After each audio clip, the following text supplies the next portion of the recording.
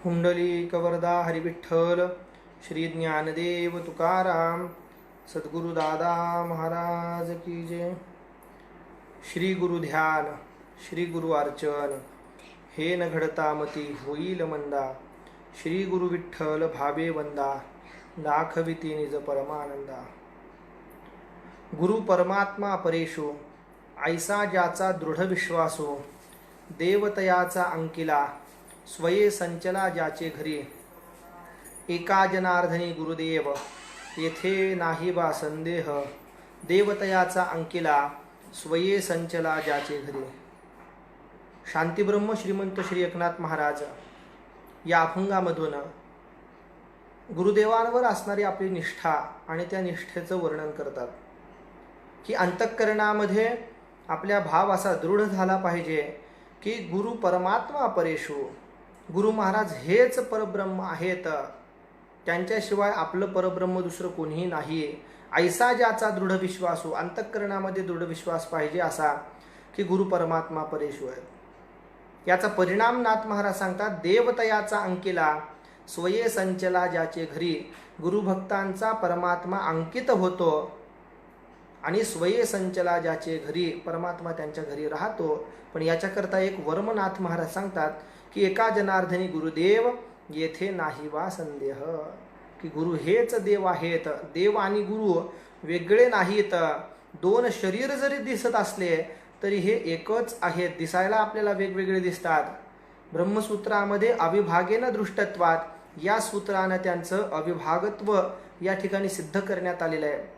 ते दिसायला जरी दोन असले तरी ते असायला मात्र एकच आहे। गुरु परब्रह्म देवाचाही देव तयासी मानव म्हणू नये, त्यांच्याकडं आपण मर्त्य बुद्धीने पाहूच नयेत। गुरु हेच देव आहेत असा भाव अंतःकरणामध्ये धारण करावा असं नाथ महाराज आपल्याला सांगतात। हे सांगण्याचं एकमेव कारण आपण जो उपक्रम राबवित आहोत त्या उपक्रमाला हा पुष्टी देणारा अभंग आहे की गुरु परमात्मा परेशो अशी आपली सर्वच गुरुभक्तांच्या अंतःकरणाची अवस्था आहेच। मग ही अवस्था अधिक दृढ होण्याकरता सद्गुरूंच्या चरित्राचा हा चिंतनाचा उपक्रम आपण या ठिकाणी प्रारंभिलेला आहे। आज चौथ्या दिवसाच्या चिंतन सेवेमध्ये आपण आहोत। काल पावेतो सद्गुरूंचं 7 अध्यायांपर्यंतचं चरित्र आपण श्रवण केलं। आजपासून 8व्या अध्यायाला आपण प्रारंभ करीत आहोत।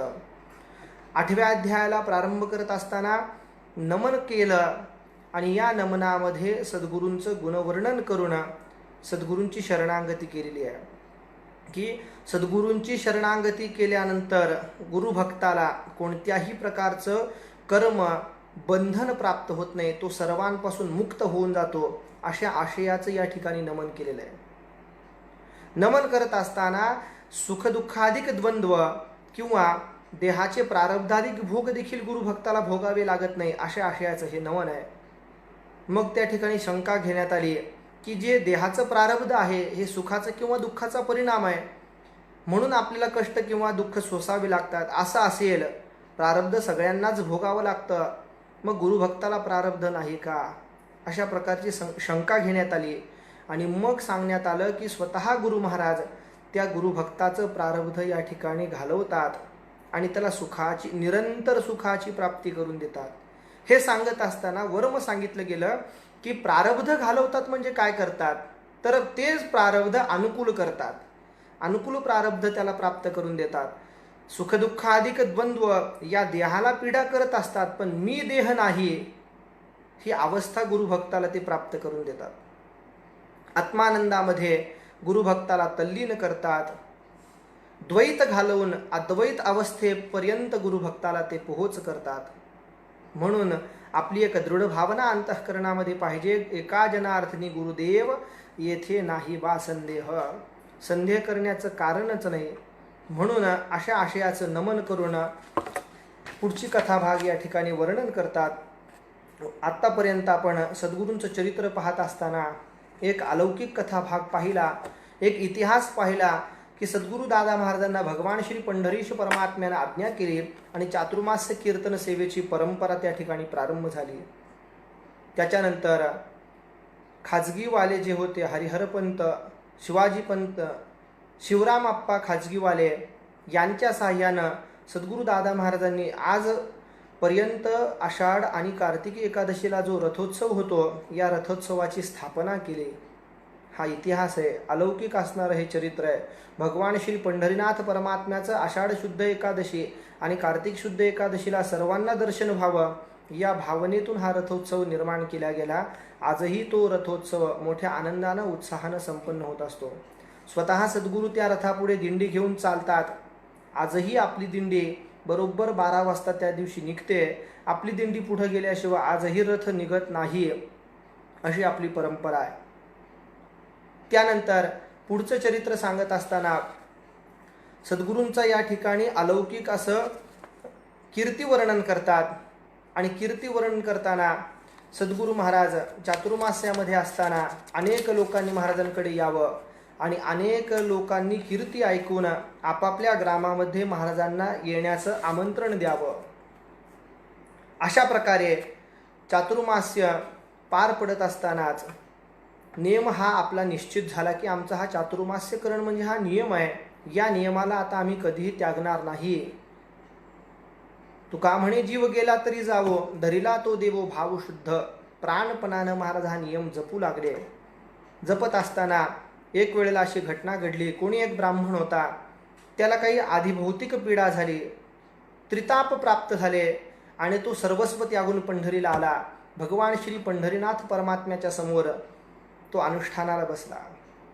अंतःकरणामध्ये एकच इच्छा आहे की मला जे झालेलं दुःख आहे त्या दुःखाची निवृत्ती व्हावी आणि मला सुखाची प्राप्ती व्हावी.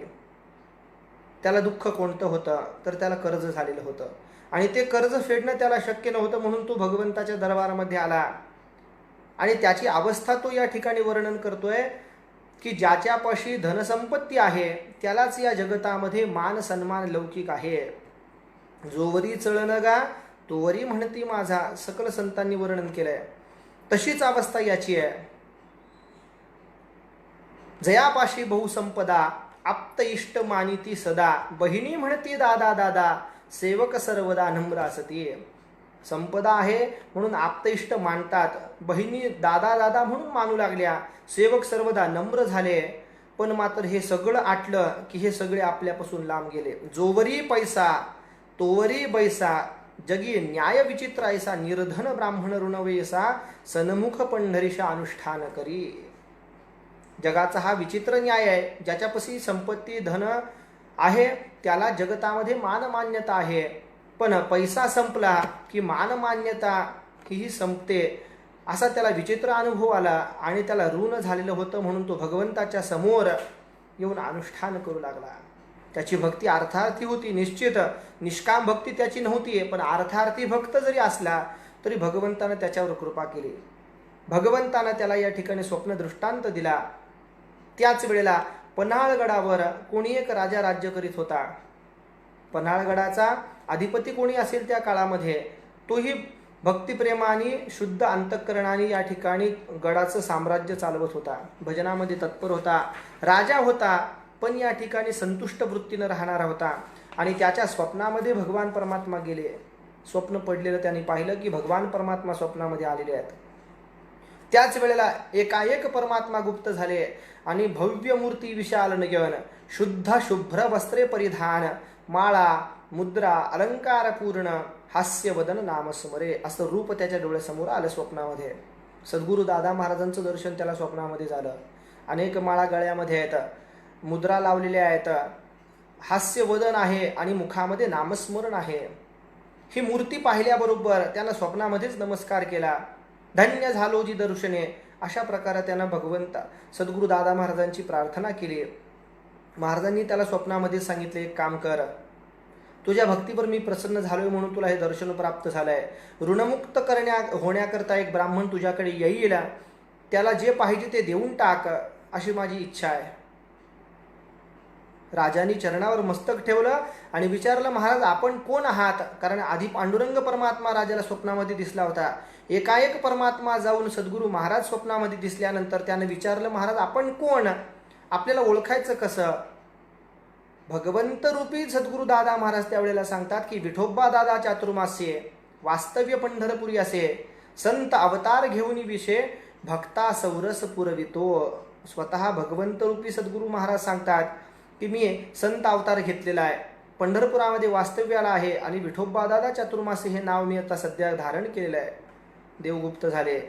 राजा मनामध्ये आनंदला. प्रातःकाळी राजा आपल्या नित्यकर्मातून निवृत्त झाल्यानंतर त्या ब्राह्मणाला त्याने येताना पाहिलं.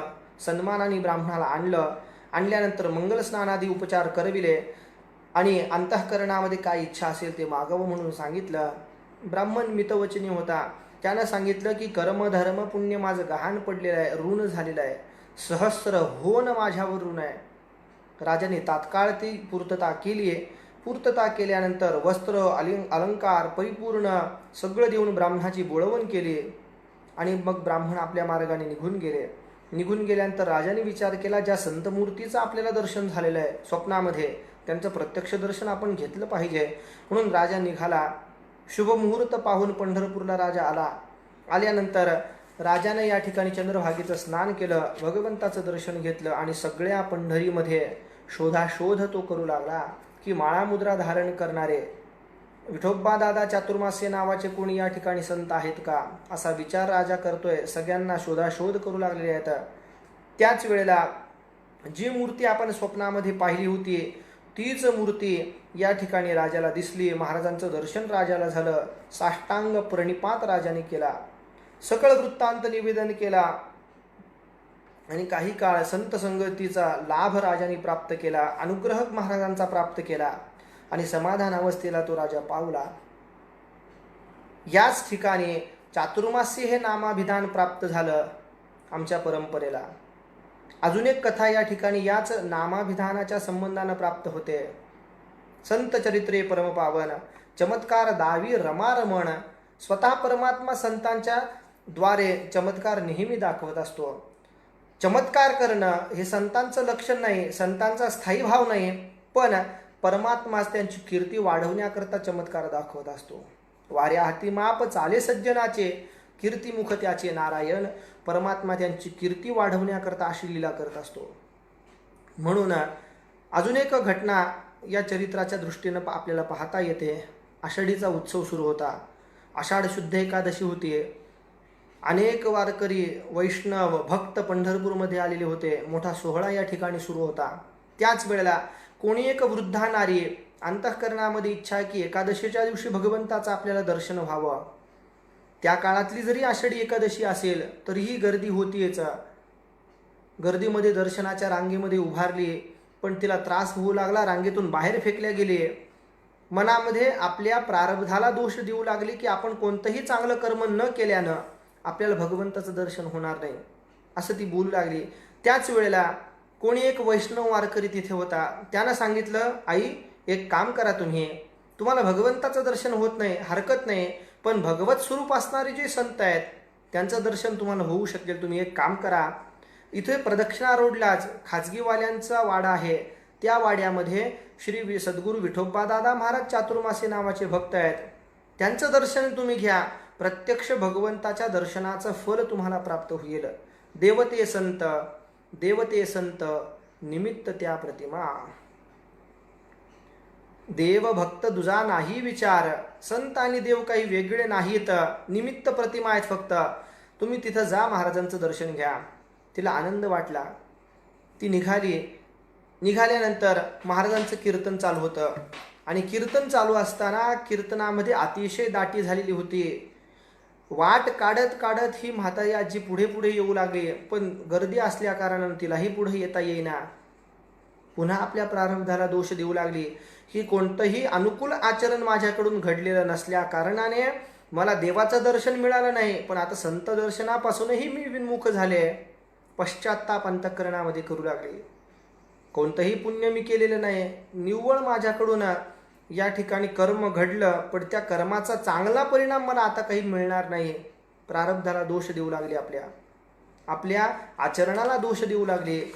कीर्तनाच्या ठिकाणाहून पुन्हा रावळाकडे आली. त्यावेळेला कोणी एक पुजारी भेटले.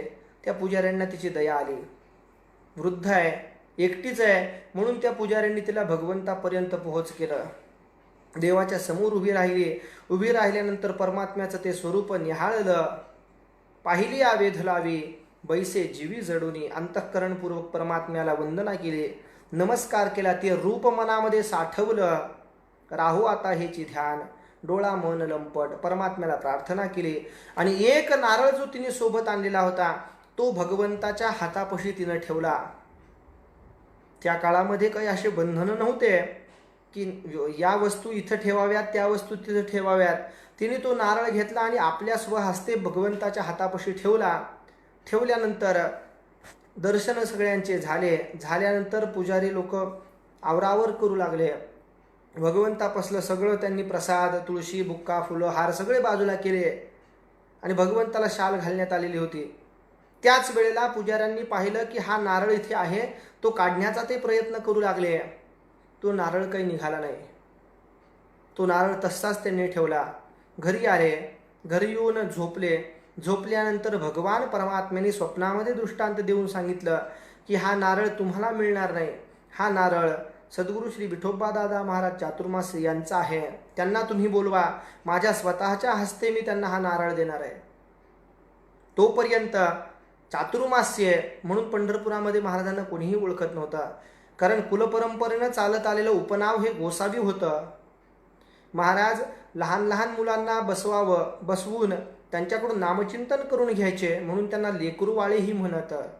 अंगावर गोधडी घेऊन महाराज नामस्मरणादी कृत्य करायचे. त्यामुळे त्यांना गोधडे असंही नाव प्राप्त झालेलं होतं. कारण प्रसिद्धी परान्मुख संत असतात, त्यांना कोणत्याही प्रकारच्या प्रसिद्धीची आवश्यकता नसते. अलिप्त महात्मे असतात, त्याप्रमाणे महाराजांचे आचरण होतं. त्याच वेळेला शोधाशोध झाली. विठोबा दादा नाव माहिती होतं, पण चातुर्मास्य आहेत का हे माहीत नव्हतं. खाजगीवाल्यांच्या मंडपामध्ये येऊन महाराजांना सांगण्यात आलं. महाराजांनी सांगितलं हरकत नाही, भगवान परमात्म्याची इच्छा असेल तसं होईल. थोड्याशा वारकऱ्यांसोबत महाराज तिथे गेल्यानंतर श्री पंढरीनाथ परमात्म्यासमोर आपला पदर पसरला आणि पदर पसरल्यानंतर भगवंतानं स्वहस्ते तो नारळ महाराजांच्या पदरामध्ये टाकला. सगळ्यांनी सद्गुरूंचा आणि भगवंताचा जय जयकार केला आणि त्या दिवसापासून आज पावेतो हे चातुर्मास्य नामाभिधान आम्हाला प्राप्त झालं. स्वतः भगवान श्री पंढरीनाथ परमात्म्याची देण असलेलं हे चातुर्मास्य उपनाव आम्ही आजही मोठ्या अभिमानानं आणि आनंदानं या ठिकाणी गौरवतोय. मी नेहमी एक सांगत असतो, ही अतिशयोक्ती असेल असं मला नाही वाटणार, पण मी एक गोष्ट नेहमी सांगतो की इतर उपनाव अनेक असतील, पण चातुर्मास्य उपनाव मात्र आपल्याला शोधूनही कुठे सापडणार नाही, कारण ते श्री भगवान परमात्म्यानं आम्हाला दिलेलं आहे. अशी कथा आपण पाहिली. याच ठिकाणी या 8व्या अध्यायाची ही कथा संपवतात. संपवल्यानंतर अनेक भक्तगण महाराजांकडे चातुर्मास्य श्रवणाकरता यावेत आणि चातुर्मास्य झाल्यानंतर आमच्या गावाला यावं म्हणून महाराजांना नित्य नियमानं ते आमंत्रण देऊ लागले. आमंत्रण देऊ लागल्यानंतर महाराजांची कीर्ती सगळीकडे पसरलेली आहे आणि ती कीर्ती ऐकून अनेक गावचे लोक जिथे महाराज जातील त्या ठिकाणी महाराजांच्या दर्शनाला येऊ लागलेले आहेत. त्याच वेळेला आताच्या सांगली जिल्ह्यामध्ये असणारं ब्रह्मनाळ नावाचं एक क्षेत्र आहे. त्या क्षेत्रावरची काही भक्त मंडळी महाराजांना आग्रह करून घेऊन गेली. काही दिवस महाराजांचे कीर्तन त्या ठिकाणी झाले आणि समाप्तीचं कीर्तन चालू असतानाच महाराजांचा तो अलौकिक भाव पाहून त्या ब्रह्मनाळपुरीमध्ये ब्रह्मनाथ नावाचे कोणी सत्पुरुष होऊन गेलेले होते. त्यांच्या समाधीसमोर या ठिकाणी हे कीर्तन चालू होतं आणि त्या ठिकाणी हे कीर्तन चालू असताना त्या कीर्तनामध्ये त्या समाधीलाही डोल प्राप्त झाला. भक्तजन डुल्लत होते, पण समाधीही त्या ठिकाणी डोलू लागली. आनंदमूर्ती नावाचे साधू होते, त्यांची समाधी डोलू लागली. समाधीवरचे हार फुलं सगळे खाली पडले. सगळ्या जणांना आश्चर्य वाटलं. असा प्रकारचा उत्सव पूर्ण होऊन या ठिकाणाहून महाराज निघाल्यानंतर महाराजांच्या परमभक्तायक होत्या श्री अहिल्यादेवी होळकर यांनाही मनामध्ये अशी इच्छा झाली की आपल्या सद्गुरूंना आपण आणलं पाहिजे, त्यांचं अर्चन वंदनादी कृत्य आपल्याकडून घडलं पाहिजे. म्हणून महेश्वर नावाचं त्यांचं जे गाव होतं त्या ठिकाणी महाराजांना बोलवण्यात आलं. स्वतः महाराज तिथं गेल्यानंतर कारागृहामधून त्या रस्त्याने जाताना कारागृहामध्ये असणारे लोक महाराजांनी पाहिले, काही ब्राह्मण पाहिले आणि मग महाराजांनी विचारलं, हे यांना कशाकरता अटक करवली आहे, तात्काळ यांना सोडा, यांचं काय असेल ते मी द्यायला तयार आहे, पण यांना मात्र बंदिवासातून मोकळं करा. महाराजांनी सांगितलं. एका क्षणात त्यांना बंधमुक्त करण्यात आलं. कथा कीर्तन त्या ठिकाणी प्रारंभ झाला. कथा कीर्तनाचा आनंद प्राप्त करून महाराज त्या ठिकाणाहून निघून कान्ह देशामध्ये, म्हणजेच आजच्या जळगाव जिल्ह्यामध्ये पारोळे नावाचे एक ग्राम आहे, त्या ठिकाणी महाराज आले. पवार वंशामध्ये कोणी सद्भक्त महाराजांचा होता, त्यानं महाराजांना आणून मोठा उत्सव केला. उत्सव केल्यानंतर प्रत्येकाला महाराजांनी भक्तिप्रेमाचा आनंद प्राप्त करून दिला, अनुग्रह प्राप्त करून दिला. त्याच्यानंतर महाराज निघून या ठिकाणी स्वतः आपल्या मार्गाने निघाले. या पवार नावाच्या सद्भक्तांना महाराजांना सप्तशत होन दान केल्या. त्या घेऊन महाराज निघाले. सोबतच्या लोकांनी पाहिलं की महाराज द्रव्याचा स्पर्श करत नाहीत, पण या होन महाराजांनी स्वीकारल्यात, काय कारण असावं. त्याच क्षणाला सप्तशत घेऊन निघालेले होन हे महाराज घेऊन निघालेले होते. गावाच्या बाहेर ही यात्रा आली. आल्यानंतर कोणी एक विप्र, त्याला काही ऋण झालेलं होतं म्हणून 2 सेवक त्याला बंधन करून घेऊन चाललेले होते. महाराजांनी हे पाहिलं, त्यांना थांबवलं आणि विचारलं, या ब्राह्मणाला तुम्ही का नेत आहात. त्या लोकांनी सांगितलं की या ब्राह्मणाने आमच्याकडून ऋण घेतलेलं आहे आणि त्याला हे ऋण चुकवता येत नाही, म्हणून आम्ही याला घेऊन चाललो आहे. किती ऋण आहे तुमचं. मग त्यांनी सांगितल्यानंतर ते सप्तशत होन जे मिळाले होते ते त्या ठिकाणी त्याला देऊन टाकले आणि देऊन टाकून त्या ब्राह्मणाला महाराजांनी मुक्त करवलं. आत्ता महाराजांच्या या कृत्याचं सगळ्यांना आशय समजला की महाराजांनी या होन का स्वीकारल्या होत्या. विप्र ऋण झालेलं होतं, ते त्याला मुक्त करायचं होतं, म्हणून महाराजांनी ही लीला केली. होन देऊन टाकले. महाराज आपल्या मार्गाने निघाले. निघाल्यानंतर आजच्या आपल्या जालना जिल्ह्यामध्ये गंगेच्या काठावर पाथरवाली नावाचं एक गाव आहे. त्या ठिकाणच्या भक्त मंडळींनी महाराजांना नेलं. अतिशय भव्य दिव्य उत्सव त्या ठिकाणी झाला गंगेच्या काठावर. उत्सव करण्यात आल्यानंतर मग मात्र महाराज गंगेचं पूजन करतात. उत्सव संपल्यानंतर गंगेच्या पात्रामध्ये महाराज बसलेले आहेत. भक्त मंडळी येऊन महाराजांकडून प्रसाद घेऊन चाललेली आहे. त्याच वेळेला अतिशय दैदिप्यवान स्वरूप असणारी एक भक्ता स्त्री त्या ठिकाणी आली. आल्यानंतर तिने महाराजांना नमस्कार केला आणि नमस्कार केल्यानंतर काही तांदूळ राशी महाराजांना तिनं अर्पण केली. अर्पण केल्याबरोबर सगळे जसे निघून जातात तसे एक एक भक्त निघून जाताना दिसले आणि मग लोकांनी काय केलं की महाराजांच्या समोर जे काही आलं होतं ते गोळा करायला प्रारंभ केला. प्रारंभ केल्यानंतर ते तांदूळाची रास उचलण्याकरता म्हणून सेवक पुढे झाला. तर त्या राशीला हात लावल्याबरोबर 10 मोहरा तिथे निघाल्या. सगळ्यांना आश्चर्य वाटू लागलं आणि आश्चर्य वाटून त्या स्त्रीचा सगळेजण शोध करू लागले. कुठली होती, कुठून आली होती, काहीच कल्पना नव्हती. मग मात्र सगळ्यांचा निश्चय झाला की गंगादेवी रूप घेऊन आली असे संत दर्शने. मोरोपंतही त्याचं गोड वर्णन करतात. गंगे देवी विठोबा दादा श्री विष्णू भक्त शिवशील, एतद गीत हरी यश श्रवणे काशी समेत तरशील. गंगा माता स्वतः प्रत्यक्ष स्त्री रूपामध्ये येऊन महाराजांच्या दर्शनाचा लाभ घेते. अशा प्रकारे महाराजांचा हा अलौकिक सोहळा सुरू झाला. कथा कीर्तन नामगजरादी कृत्य झाले. संत चरित्र आघाद आहे. कितीही सांगितलं तरी ते आपले या वाणीनं सांगणं शक्य नाही. म्हणून महाराज त्या ठिकाणाहून पुन्हा निघाले. निघाल्यानंतर कान्ह देशामध्ये पुन्हा बोदवड नावाचं जे ग्राम आहे त्या ग्रामामधल्या भाविक भक्तांनी महाराजांना बोलवण्यात आलं. महाराज तिथे गेले. तिथेही मोठा उत्सव त्या काळामध्ये झाला. झाल्यानंतर महाराजांचे रोज कीर्तन त्या ठिकाणी झाले. भवसिंधूचे हेचे तारो मज विचारू पाहता या अभंगावर महाराजांची कीर्तन त्या ठिकाणी होते. भवसागराचं वर्णन महाराजांनी केलं. भगवंताची शरणागती कशी करावी महाराजांनी सांगितलं. आणि त्याच वेळेला या बोदवडमध्ये असणारे जे काही सगळे भक्त होते ते रोज रात्री कीर्तनाला गर्दी करू लागले. गर्दी करत असताना एक पुत्रवती माता तीही त्याच दिवशी कीर्तनाला आली. आपल्या लहान मुलाला तिने घरी झोपवलेलं आहे आणि कीर्तन ऐकण्याकरता म्हणून ती आली. रात्री मध्यरात्रीच्याही पुढेपर्यंत कीर्तन चाललं. कीर्तन संपल्यानंतर हे आपल्या घरी आले आणि घरी आल्यानंतर तिने पाहिलं तर आपण आपल्या लेकराला झोपवून आलो होतो, ते लेकरू घरामध्ये नाही. शोक करू लागले, वक्षस्थळ पिटू लागली.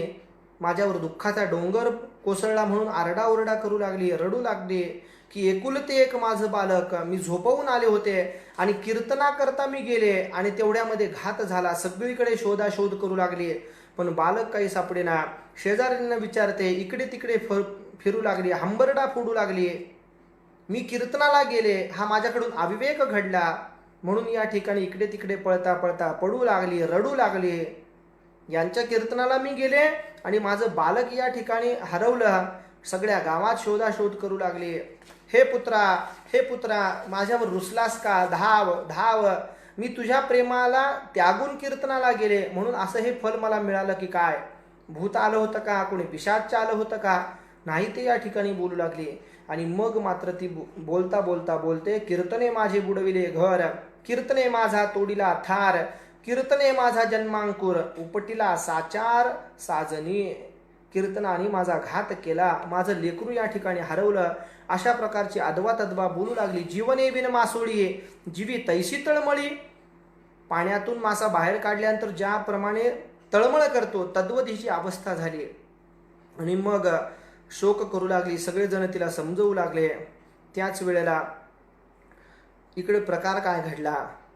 कीर्तन श्रवणाकरता ही माता गेलेली पाहून काही काळाने ती बाळ जागं झालं. आई आई हाका मारू लागलं. घराच्या बाहेर आलं आणि रात्रीच्या अंधारामध्ये मार्ग चालू लागलं.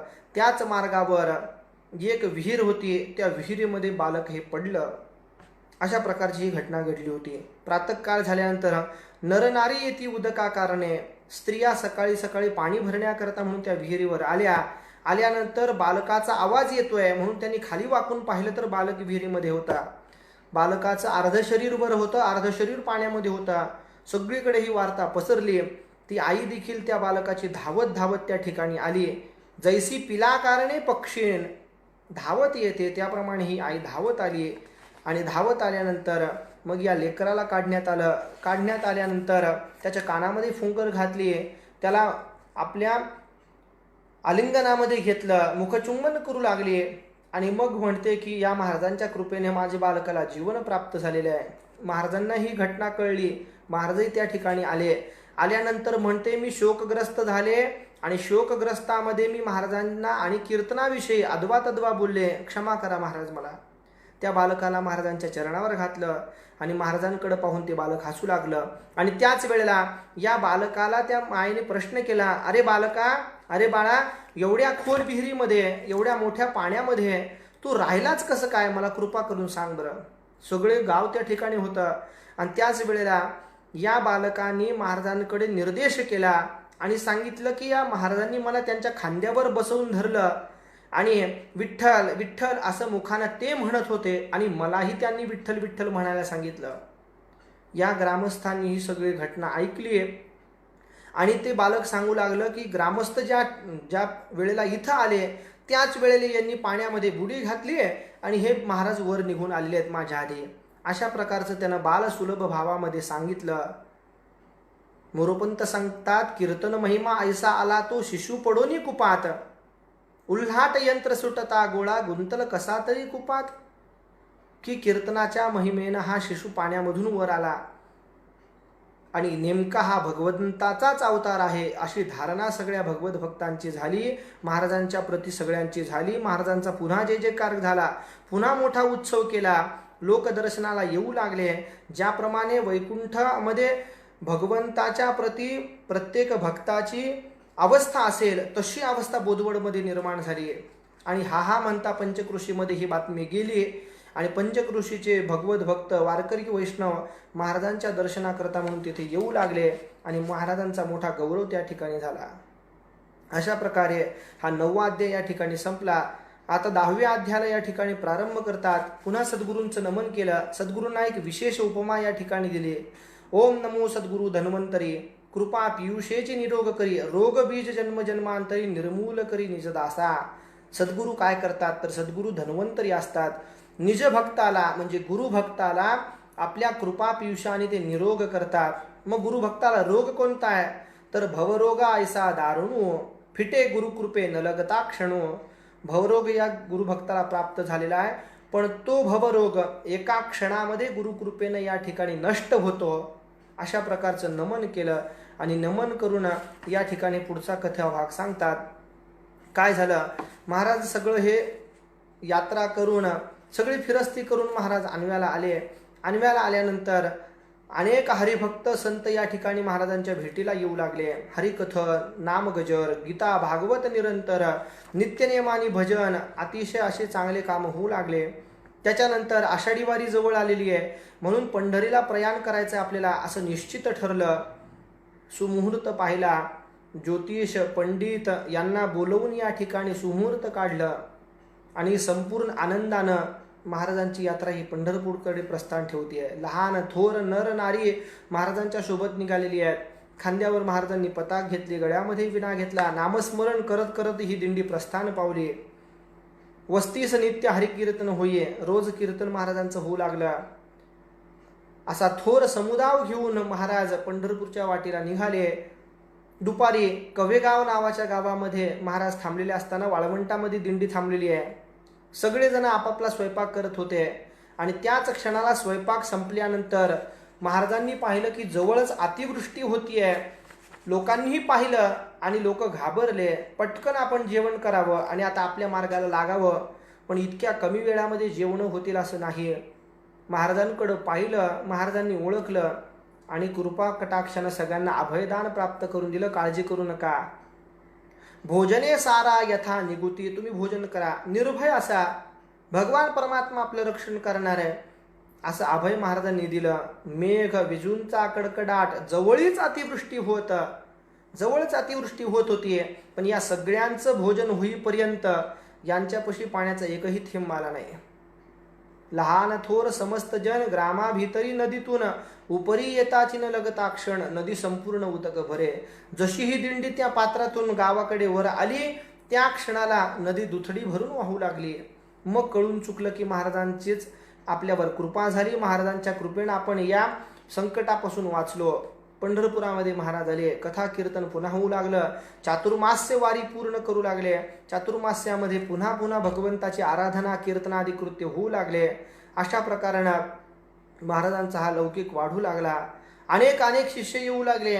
महाराज आणवेला वास करत असताना अनेक मोठ्या कार्यक्रमांचं आयोजन होऊ लागलं. अनेक अन्नार्थी लोक येऊ लागले. ज्याला जे पाहिजे ते या ठिकाणी प्राप्त होऊ लागलं. संत उदार उदार, भरले अनंत भांडार, घातला दुकान, देती आली आसी दान. महाराजांची अशी अवस्था होती. त्याच वेळेला महाराजांच्या शेतामध्ये काही भक्त राहत होते आणि त्या शेतामध्ये एक श्वान त्यांनी पाळलेला होता. त्याचं नाव होतं डोंगऱ्या. या शिष्यांनी त्याला सांगावं तसं तो ऐकत होता. एक वेळेची घटना अशी घडली. कोणी एक मेंढपाळ आपला कळप घेऊन महाराजांच्या शेताकडे आलेला होता. या शिष्यांनी पाहिलं मेंढ्या मोठ्या गर्दीने आलेल्या आहेत आणि छुछू करून या कुत्र्याला, या डोंगऱ्याला त्यांच्याकडे सोडण्यात आलं. तो कळपामध्ये गेला आणि हाहाकार उडाला. सगळे मेंढरं कोकरं राणी सैरा वैरा पळू लागले. त्या मेंढपाळाला आवरता कष्ट झाले. महाराज मेंढपाळ कष्टी झाला, दुःखी झाला. दुःखी होऊन आपल्या मेंढ्या तो आवरू लागला, पण त्या मेंढ्या इतस्तता पळून गेल्यामुळे त्याला काही सापडल्या नाहीत. दुसऱ्या दिवशी महाराजांकडे आला. महाराजांच्या चरणावर नतमस्तक झाला आणि सांगितलं, आपुले श्वानी गांजलो बहु. महाराज, आपल्या शेतामध्ये असणारा जो कुत्रा, त्या कुत्र्यानं माझ्या मेंढ्या पळवून लावल्या, कृपा करा. असं चांगलं नाही महाराज, हे मला अतिशय दुःख झालं. त्याचं हे वचन ऐकल्याबरोबर कळवळा उपजला बहुमनी. अंतःकरणामध्ये कृपालुत्व संतांच्या असतंच. कृपा उपजली महाराजांवर आणि महाराज म्हणतात, काळजी करू नको. महाराजांनी सेवकाला आज्ञा दिली आणि त्या डोंगऱ्या नावाच्या कुत्र्याला बोलवून आणण्यात आलं आणि त्याच्या मस्तकावर हात ठेवला आणि सांगितलं की शांती परते नाही सुख, येर अवघेची दुःख. बाळा, अशा प्रकारे अशांत राहून दुसऱ्याला त्रास देणं हे काही साधू पुरुषाचं लक्षण नाही. निरंतर शांत राहावं. प्रकर्षेन शांत. काहीही झालं तरी आपली शांती आपण ढळू देऊ नये. एवढाच उपदेश त्याला प्राप्त झाला आणि प्राप्त झाल्याबरोबर त्याच्या जन्माचं सार्थक झालं. संत वाक्याचा परिणाम झाला. तो भुंकन विसरून गेला आणि नित्य देवासन्मुख बसावं, भजन कीर्तनामध्ये बसावं, अशा प्रकारचं तो कृत्य करू लागला. चैत्र शुक्ल नवमी म्हणजे श्री रामनवमीचा उत्सव मोठ्या आनंदाने महाराज करत होते. अनेक दिंड्या पताका घेऊन, दिंड्या पताकांमध्ये वारकरी त्या ठिकाणी यायचे. कथा कीर्तनाधिक सोहळा मोठा व्हायचा. त्यावेळेला स्वतः श्री महाराजांचं जन्माचं कीर्तन चालू होतं. बरोबर माध्यान्हाला भगवान श्री प्रभू रामचंद्रांचं प्रागट्य झाल्याबरोबर गुलाल पुष्प उधळण्यात आले आणि कथा कीर्तन ते संपल्यानंतर महाराज प्रसाद वाटत होते. सगळे प्रसाद घेऊन निघून गेल्यानंतर महाराजांनी सांगितलं की आपल्या डोंगऱ्याला बोलवा, त्याला मला प्रसाद द्यायचा आहे. लोकांनी सांगितलं महाराज डोंगऱ्या पावनी नदीचं स्नान करून आलाय, आपल्या कीर्तनाच्या मंडपाला त्यानं प्रदक्षिणा केली आहे आणि एका कोपऱ्यामध्ये तो बसलेला आहे. आता आपल्यालाही तिकडेच जायचंय, आपण त्याच्यापाशी जाऊयात. म्हणून महाराज तिथं आल्यानंतर त्याला हाक मारून सांगतायत की बाबा तू प्रसाद घे. त्या डोंगऱ्याकडे पाहिलं, अर्धोन्मिलित नयन देख, दोन्ही हस्तक जोडलेचे, पुढचे पाय असे जोडले होते की हात जोडून बसला की काय असं दिसत होतं. डोंगऱ्याकडे पाहिलं, हालेना देखोनी निश्चिती, महाराजांनी ओळखलं की सन्निध गती पावला, डोंगरिया पावला पंचत्व पूर्ण, धन्य भाग्य याचे असून श्वान. हा श्वान आहे पण याचं भाग्य मोठं आहे, कारण कीर्तन श्रवण करत करत यानं या ठिकाणी देहत्याग केला आहे.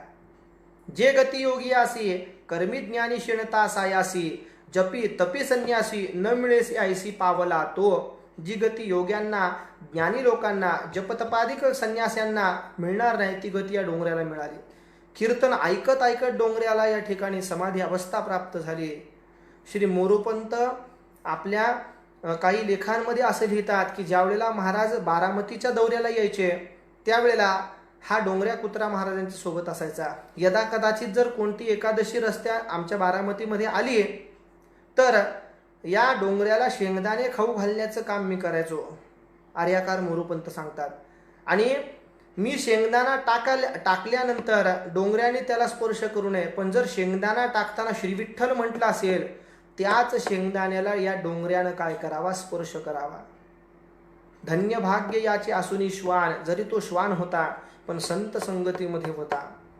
जसं नाथ महाराज सांगतात की संतद्वारी कुत्रा झालो, ही जे कुत्र्याचं रूपक नाथ महाराजांनी केलंय हे अतिशय तंतोतंत डोंगऱ्याला लागू पडते. महाराज संत संगतीमध्ये असणारा हा श्वान आणि तो या ठिकाणी पंचतत्वामध्ये विलीन झालेला आहे.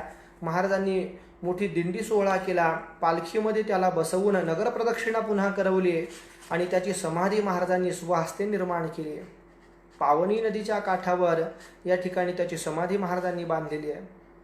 हा सगळा सोहळा करून महाराज परत येत होते. महाद्वारामध्ये आल्यानंतर त्यांनी पाहिलं की कोणी एक वक्र अशी स्त्री उभी आहे. जसं भगवान श्रीकृष्ण परमात्म्यांच्या बाबतीमध्ये कथा घडलेली आहे त्याचप्रमाणे ही वक्रादासी या ठिकाणी उभी दिसली आहे. सगळेजण आनंदामध्ये जयघोष करतायत पण हिला नेमकी टाळीही वाजवता येत नाहीये आणि आपल्या शरीराची कोणती हालचालही करता येत नाहीये. महाराजांनी कृपादृष्टीने पाहिलं आणि विचारलं तुम्ही भजन का करत नाही. तिने सांगितलं महाराज शरीरच माझं असं वक्र आहे की मला काहीच करता येत नाही. महाराजांनी सांगितलं की तुम्ही जर संतांच्या संगतीमध्ये असाल तर वक्रगतीनं राहून चालणार नाही. महाराजांनी उपदेश केला आणि वरदहस्त माथा ठेविताची त्वरित तिच्या माथावर परम महाराजांनी हात ठेवला आणि वक्रपण जाऊन समस्त सुदृढ होत क्षणा, एका क्षणात तिचं वक्तृत्व नष्ट झालं. तिनं महाराजांच्या चरणाला नमस्कार केला आणि आनंदानं गाऊ लागली, नाचू लागली.